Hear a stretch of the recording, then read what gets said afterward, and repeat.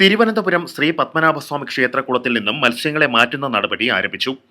പത്മതീർത്ഥകുളത്തിൽ ചില അവസരങ്ങളിൽ മത്സ്യങ്ങൾ ചത്തുപൊങ്ങുന്ന സാഹചര്യത്തിൽ ഫിഷറീസ് വകുപ്പ് പരിശോധന നടത്തിയിരുന്നു. പരിശോധനയിൽ മത്സ്യങ്ങളുടെ അളവ് വളരെയധികം വർദ്ധിച്ചിരിക്കുന്നതായി കണ്ടെത്തുകയും തുടർന്ന് കുറച്ച് മത്സ്യങ്ങളെ ഇവിടെ നിന്നും മാറ്റുന്നതിന് തീരുമാനമെടുക്കുകയും ചെയ്തു. ക്ഷേത്രത്തിന്റെ ആവശ്യകത പരിഗണിച്ച് ഫിഷറീസ് വകുപ്പ് പത്മതീർത്ഥകുളത്തിലെ കുറച്ചു മത്സ്യങ്ങളെ അരുവിക്കര, നെയ്യാർ എന്നീ ഡാമുകളിലേക്ക് മാറ്റുന്ന നടപടിയാണ് കൈക്കൊള്ളുന്നത്. കാർപ്പ്, തിലോപ്പി തുടങ്ങിയ മത്സ്യങ്ങളെ ഇനം തിരിച്ച് നെയ്യാർ ഡാമിലും അരുവിക്കരയിലും ജീവനോടെ നിക്ഷേപിക്കുന്ന നടപടികളാണ് പുരോഗമിക്കുന്നത്. മുറജപത്തിന്റെ ഭാഗമായുള്ള ക്ഷേത്രകുളത്തിന്റെ നവീകരണ ശുദ്ധീകരണ പ്രവർത്തനങ്ങളും ഇതോടൊപ്പം നടന്നുവരുന്നു. നീണ്ടുനിൽക്കുന്ന മുറജപത്തിന് മുന്നോടിയായി അതിനോടനുബന്ധിച്ച് നടക്കുന്ന ജലജപം ഈ കുളത്തിന് സമീപം വെച്ചാണ് നടക്കുന്നത്, കുളത്തിലേക്ക്. അതുകൊണ്ട് അതിൻ്റെ ഭാഗമായി ശുചീകരണവും ക്ഷേത്രക്കുളമായ പത്മതീർത്ഥത്തിൽ ഫിഷറീസ് വകുപ്പ് നടത്തിയ പഠനത്തിൽ ഏകദേശം 3 ഇരട്ടി, നിലവിൽ ഉൾക്കൊള്ളാവുന്നതിന് 3 ഇരട്ടി മീനുകളുടെ പോപ്പുലേഷൻ ഉണ്ടെന്ന് കണ്ടെത്തിയതിനാൽ അത് നല്ലൊരു ഭാഗം ഇന്ന് നീക്കം ചെയ്യുന്ന നടപടിയാണ് ഇവിടെ നടന്നുകൊണ്ടിരിക്കുന്നത്.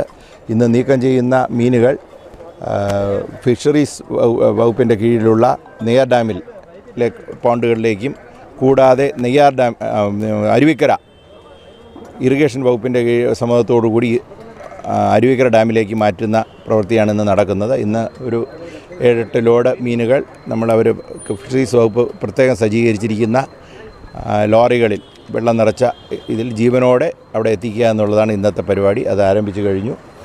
1-2 ലോഡ് പോയി ഇന്ന് വൈകിട്ട് വരെ കൊണ്ടുപോകുക എന്നുള്ളതാണ് ഞങ്ങൾ പ്രതീക്ഷിക്കുന്നത്. പലയിടത്തുനിന്ന് ജപക്കാരുടെ അപേക്ഷകൾ ലഭിച്ചു. അത് സോർട്ട് ചെയ്ത് അതാത് 4 വേദ മേഖലയിലും ഉള്ള ആളുകളെ തിരിച്ച് അവരവർക്ക് ഓരോ ദിവസം അലോട്ട് ചെയ്യുന്നതായിരിക്കും. പ്രവൃത്തി ആരംഭിച്ചു കഴിഞ്ഞു. നവംബർ 20 ആരംഭിച്ച് ജനുവരി 14 ലക്ഷദ്വീപത്തോടെ അവസാനിക്കും. അതെ ഞങ്ങൾ 2014 ഇതുപോലെ ഞങ്ങൾ ഇവിടുത്തെ മീനിനെ ഇതുപോലെ ട്രാൻസ്പോർട്ട് ചെയ്തിരുന്നു.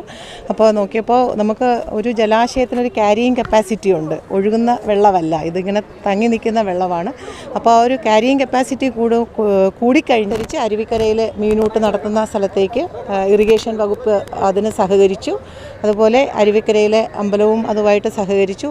കാർപ്പ് ഇനത്തിൽപ്പെട്ട മത്സ്യങ്ങളെ നമ്മൾ അവിടേക്കാണ് നിക്ഷേപിക്കുന്നത്. തിലാപ്പിയ ഇനത്തിൽപ്പെട്ട മത്സ്യങ്ങളെ നമുക്ക് പൊതുജലാശയങ്ങളിലേക്കോ അല്ലെങ്കിൽ അങ്ങനെയുള്ളൊരു സ്ഥലത്തോ നമുക്ക് വിടാൻ പറ്റാത്തത് കൊണ്ട് നെയ്യാർ ഡാമിലെ നമ്മുടെ തന്നെ ഹാച്ചറിയിൽ പോണ്ടിൽ നമ്മൾ നിക്ഷേപിക്കും. അപ്പോൾ അതിന് മുന്നൊരുക്കമായിട്ട് ഈ 2 സ്ഥലത്തെയും ജലത്തിൻ്റെ ഗുണനിലവാരം പരിശോധിച്ചിരുന്നു. ഇവിടുത്തെ വെള്ളത്തിൻ്റെ ഇതുമായിട്ട് അവിടുത്തെ മീൻ അവിടെ ജീവിക്കണമല്ലോ.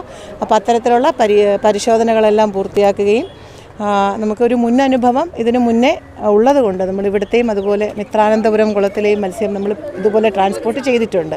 അപ്പോൾ അതനുസരിച്ച് രാവിലെയുള്ള സമയം കൂടുതൽ ചൂടായി കഴിഞ്ഞാൽ പ്രശ്നമാണ്. അപ്പോൾ അതുകൊണ്ട് രാവിലെ അതിൻ്റെ ഇതിലാണ് മീനുകളെ നമ്മൾ അങ്ങോട്ടേക്ക് മാറ്റുന്നത്.